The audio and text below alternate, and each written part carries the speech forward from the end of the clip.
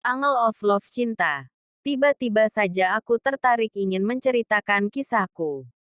Kisah yang meninggalkan pertanyaan dan aku pun tidak yakin dengan jawabannya. Bermula dari ketika aku dan sahabatku Ayu sedang duduk di taman menunggu seseorang. Tak lama waktu berselang. Yang ditunggu pun hadir. Sejenak aku tercengang dengan dia yang perlahan mendatangi kami. Dengan mataku yang tak berkedip lurus memperhatikan dia yang terus berjalan mendekati kami. Mas, Maas, biasa aja dong liatnya. Bisik Ayu kepadaku. Dia terus mendekati kami. Dengan pakaian yang anggun. Gamis berhiaskan hijab yang panjang menutupi seluruh auratnya.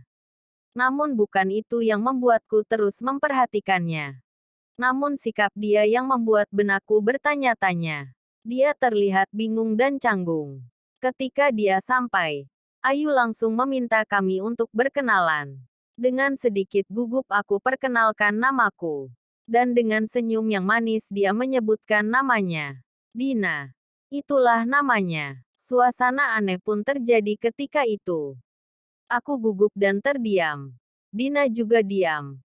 Ayu pun bingung dan tak mengeluarkan kata-kata. Untuk mencari kesibukan.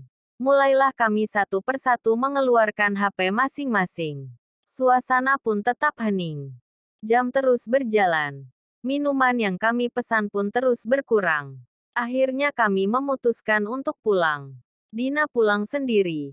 Sedangkan aku pulang berdua dengan Ayu. Sambil berjalan menuju ke parkir. Ketika itulah semua yang ada di kepalaku keluar. Kok si Dina tadi diam-diam aja ya? Emangnya Mas ada ngajak dia ngomong? Iya juga ya. Tapi tadi Ayu diam juga aku pun bingung mau ngomong apa. Tadi Mas kenapa liatin dia sampai segitunya? Tadi aku heran aja liat dia. Kok dia kelihatan bingung gitu ya? Oh itu. Mungkin dia belum pede Mas maksudnya. Iya, dia baru-baru ini berpenampilan kayak gitu. Oh ya, bagus deh. Lagian cewek tuh cantik kalau berpenampilan kayak gitu tuh kan. Bilang aja Mas tadi terpana lihat kecantikan dia bukan. Jangan salah paham. Mulailah rasa penasaranku muncul dan ingin mengenal Dina lebih jauh. Aku minta nomor teleponnya dengan Ayu. Setelah Ayu memberinya, aku pun mencoba menelepon Dina. Namun ya inilah aku. Aku masih merasa gugup dan membatalkan niatku untuk menelepon. Kemudian kuputuskan untuk SMS aja. Tak lama kemudian, Dina menjawab pesan SMS-ku. Sejenak ku berpikir. Akhirnya ku beranikan diri untuk menelepon dia. Assalamualaikum. Waalaikumsalam. Ada apa Mas Edo? Nggak apa-apa. Lagi sibuk ya? Nggak kok, ini baru selesai ngerjain tugas. Perbincangan kami pun berjalan panjang.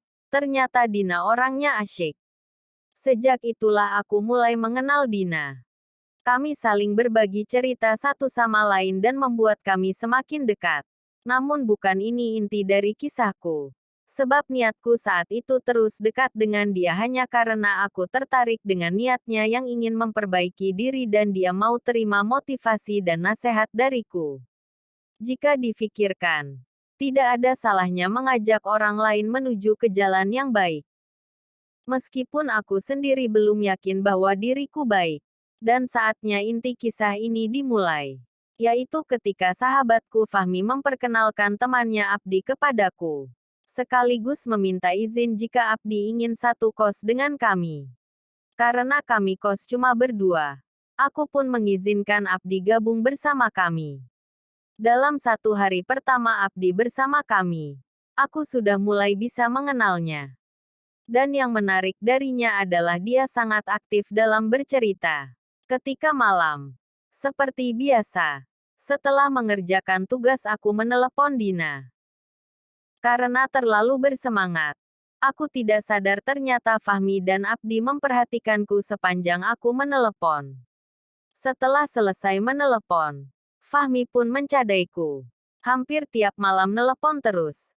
Tapi nggak pernah dikenalkan ke aku pun tersenyum mendengar Fahmi berkata seperti itu. Aku pun memperlihatkan foto Dina. Oh jadi ini dia pujaan hati yang selama ini diteleponin terus, ucap Fahmi sambil tersenyum. Bukan.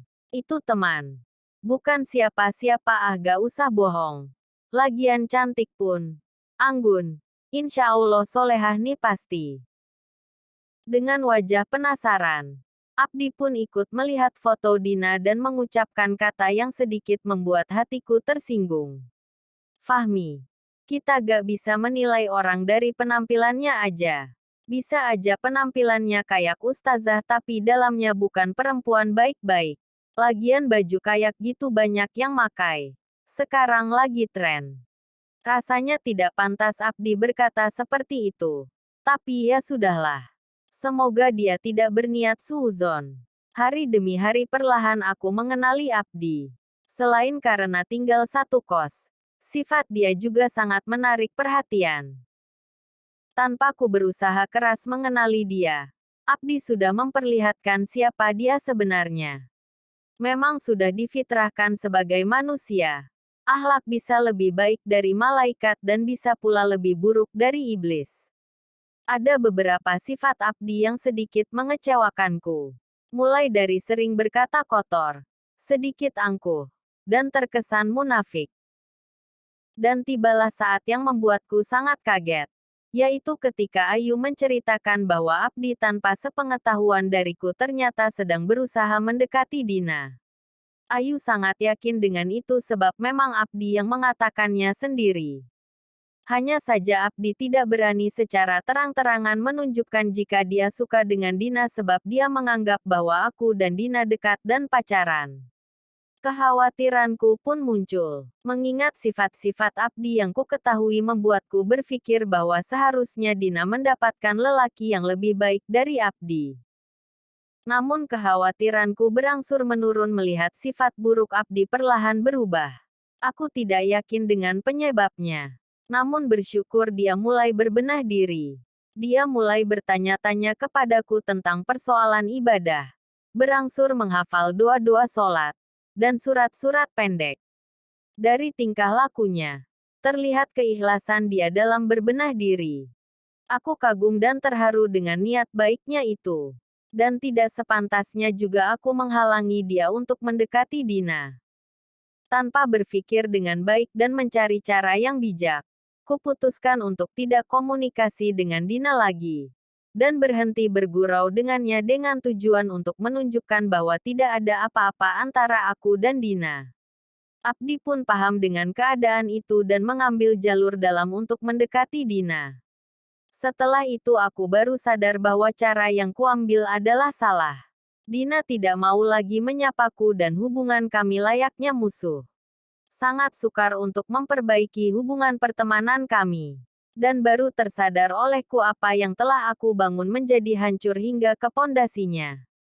Keserasian mereka menjadi api kecemburuan yang membakar hangus hatiku saat itu. Dan aku juga sadar bahwa tidak ada yang salah dalam kisahku ini melainkan diriku sendiri. Dan disinilah ingin ku sampaikan bagaimana caraku memandang cinta.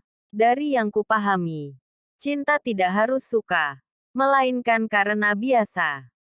Cinta yang dalam bahasa Arab yang berakar dari kata ahaba, dan digunakan pada istilah kegemaran hobi, yang tercipta dari kebiasaan yang terus berulang. Yang membuatku menyesal adalah bukanlah karena Dina menjadi kepunyaan orang lain, melainkan momen yang pernah tercipta dan tidak lagi terulang.